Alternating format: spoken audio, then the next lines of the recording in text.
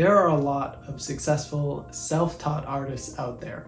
If you want to be successful and use your time efficiently to get there, you need more than just putting pen to paper, or pencil, or drawing pen, or whatever you use to create your art. The simple answer to can you teach yourself to draw is yes. But let's talk about what you need to make that happen. Here are 6 things you need to teach yourself to draw.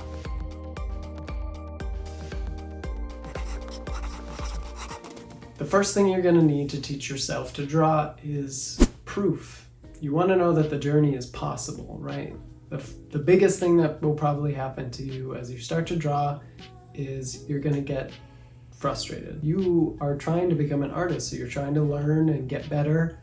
And when that doesn't happen as quickly as you want, which happens to all of us, you're going to start to think that you don't have what it takes, or that it's not possible. So it's nice to be able to see somebody's proof of their journey so that you can tell that it's actually possible to become an artist and learn how to draw. And in this case, for this video, that you can teach yourself to draw. One really great artist that you can see their progress across 6 years from his very beginning to him becoming well into his professional career is Miles Johnston. Miles put together a art progress archive. I'm not sure what year it is. I'll post it, but it was extremely helpful in knowing that the art journey was possible. The only downside is comparing your own art journey to his. He improved very quickly. If you watch the introduction video, I said the fastest that I've ever seen anybody get to a professional career is in 3 years, roughly 3 years. And that was Miles, who I was talking about. I would love to talk to him about how he improved so quickly, so maybe that's a future video. I'll leave a link down in the description so you guys can download it.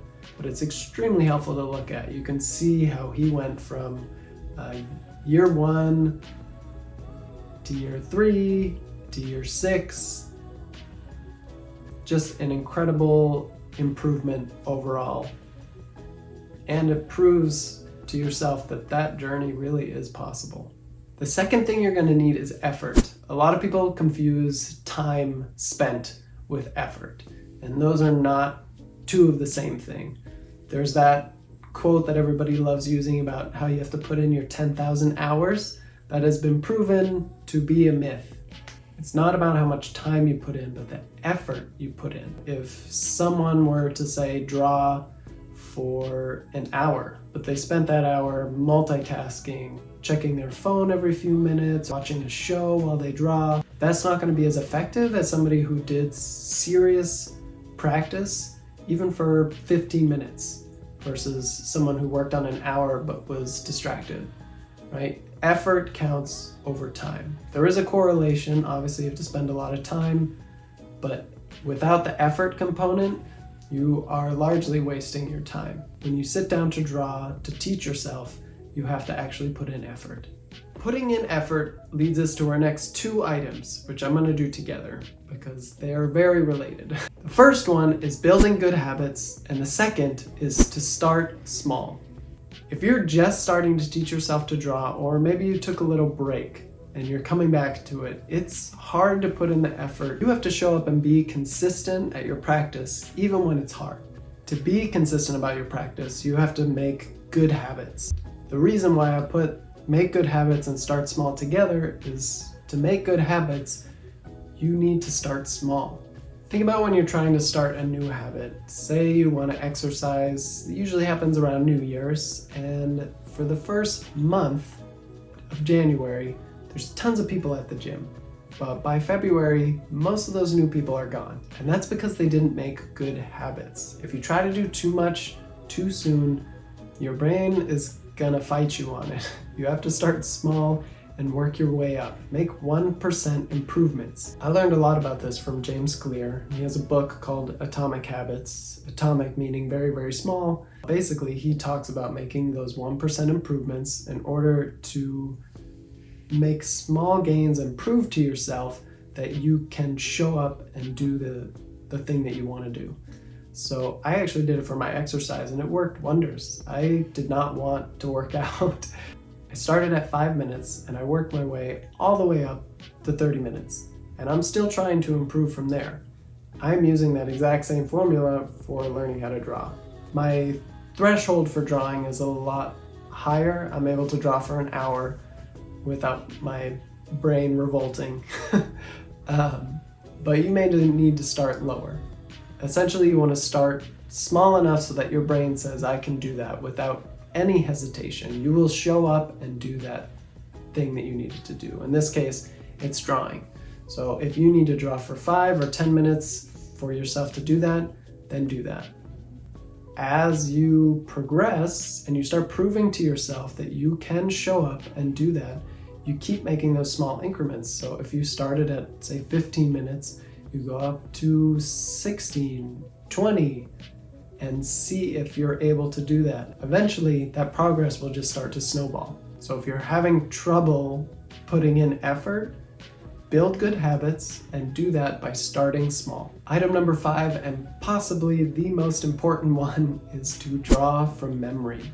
I'll be making a lot more videos about this, so this will just be a light introduction.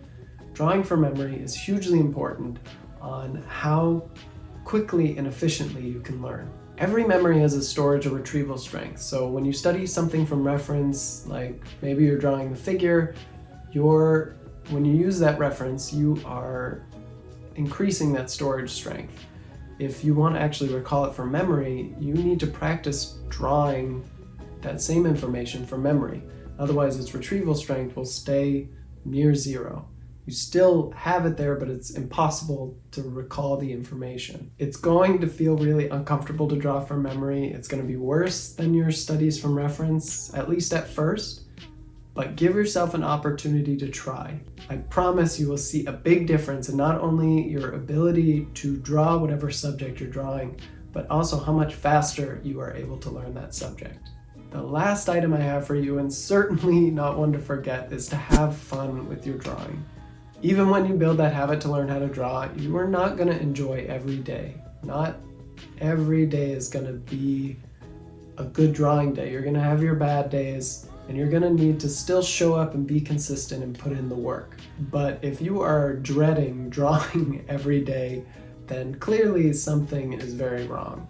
You should still be having fun even when you're learning. If you're having trouble enjoying drawing, here's some ways that you can make a better relationship with your art. I wanted to start traditional drawing again, so I went to Little Tokyo in LA and bought sticker sheets, notebooks that had cute little cartoon drawings on them, some markers. I tried to keep my tools very fun.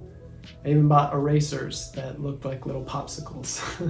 If you're a digital artist, which is primarily what I do, find cool new brushes or try to look for new artists to study from. Stop studying things that are boring to you. If you think you need to study a ton of chairs because you're gonna draw a throne, but it's super boring to you, stop doing that. Just find some reference of a throne and do your painting. But do fall in love with new things and try to draw them. Maybe there's a new TV show or something that you really like that you haven't drawn before. Find people who really like what you like. I personally like a lot of anime, so I find weebs. So they actually enjoy when I draw something like Luffy from One Piece instead of someone who may not like anime or know who that character even is. And lastly, if you're not enjoying the learning process because you're bored with your drawings, then maybe you actually need to challenge yourself a little bit more. Try doing things and experimenting with things that you haven't done before. Go learn something new or learn different angles of that subject so that you can challenge yourself further and bring some more excitement back into the process of learning to draw. All right, so we're coming to the end of this video. So to recap, here are the six things you need to teach yourself to draw. The first was proof. Prove to yourself that the journey is possible. The next one is effort. Make sure you're putting in deliberate, effortful practice when you are learning to draw. And the way that we get good at doing consistent practice is making good habits. Make good habits to stay consistent. The way that you build those good habits is by starting small. Trick your brain to stop being lazy. Start small and work your way up. Draw from memory. This will help you learn faster and remember more. And finally, don't forget to have fun with your drawings. Having fun is more important than improving, because if you stop enjoying the process, you're not going to want to improve anymore. And that is the end of the first video, besides the introduction.